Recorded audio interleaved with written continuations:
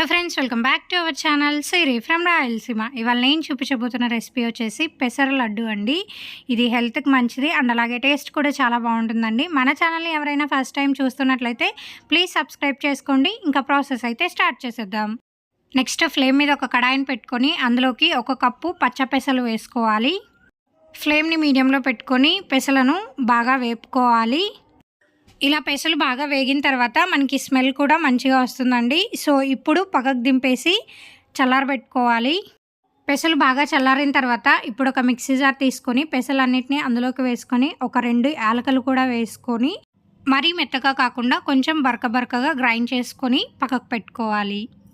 Next ఒక కడాయిని పెట్టుకొని అందులోకి 1/4 కప్పు బెల్లం తురుమును వేసుకోవాలండి. ఇందులోకి 1/4 కప్ నీళ్ళని వేసుకొని బెల్లాన్ని మొత్తం బాగా కరిగించుకోవాలి. బెల్లం మొత్తం బాగా కరిగిపోయిన తర్వాత ఇక దింపేసి పక్కకు పెట్టి చల్లారబెట్టుకోవాలి. నెక్స్ట్ మళ్ళీ ఒక కడాయిని పెట్టుకొని అందులోకి 4 to 5 స్పూన్స్ నెయ్యిని వేసుకొని హీట్ చేసుకోవాలి. హీట్ అయిన తర్వాత డ్రై ఫ్రూట్స్ని వేసి ఫ్రై చేసుకోవాలి. ఇక్కడ నేను బాదం అండ్ అలాగే జీడిపప్పును అయితే తీసుకుంటున్నానండి. ఇక్కడ మీకు నచ్చిన డ్రై ఫ్రూట్స్ని మీరు తీసుకోవచ్చు. డ్రై ఫ్రూట్స్ బాగా ఫ్రై అయిన తర్వాత ఒక కప్లోకి తీసి పక్కకు పెట్టుకోవాలి. నెక్స్ట్ ఇదే నెయ్యిలోనే మనం ముందుగా గ్రైండ్ చేసి పెట్టుకున్న పెసరపిండిని వేసుకొని మొత్తం అంతా బాగా నెయ్యిలో ఒక 3 నుంచి 4 నిమిషాలు ఫ్లేమ్ని మీడియంలో పెట్టుకొని ఫ్రై చేసుకోవాలి. పిండి బాగా ఫ్రై అయిన తర్వాత ఇప్పుడు దింపేసి పక్కకు పెట్టి చల్లారబెట్టుకోవాలి. ఇలా పిండి మొత్తం బాగా చల్లారిన తర్వాత ఇప్పుడు ఇందులోకి మనం ముందుగా నెయ్యిలో వేయించి పెట్టుకున్న డ్రై ఫ్రూట్స్ అన్నిటిని వేసుకొని మొత్తం అంతా ఒకసారి బాగా మిక్స్ చేసుకోవాలి. అండ్ అలాగే ముందుగానే చేసి పెట్టుకున్న బెల్లం పాకంని ఇందులో కొంచెంగా వేసుకుంటూ పిండిని మొత్తాన్ని బాగా కలుపుకోవాలి. పాకం మొత్తం వేసేసి మరీ మెత్తగా కలుపుకోకుండా కొంచెంగా పాకం వేసుకుంటూ మనకి లడ్డు షేప్ వచ్చే కన్సిస్టెన్సీలో కలుపుకోవాలండి. ఇప్పుడు కొంచెంగా పిండిని తీసుకొని ఇలా రౌండ్ బాల్స్ లాగా చేసి పక్కకు పెట్టుకోవాలి.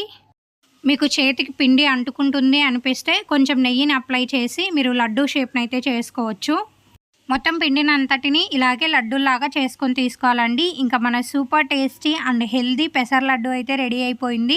టేస్ట్ అయితే చాలా బాగుంటుందండి. సో తప్పకుండా ట్రై చేయండి. ట్రై చేసిన తర్వాత కమెంట్ బాక్స్లో నాతో షేర్ చేసుకోండి రెసిపీ మీకు ఎలా వచ్చింది అని.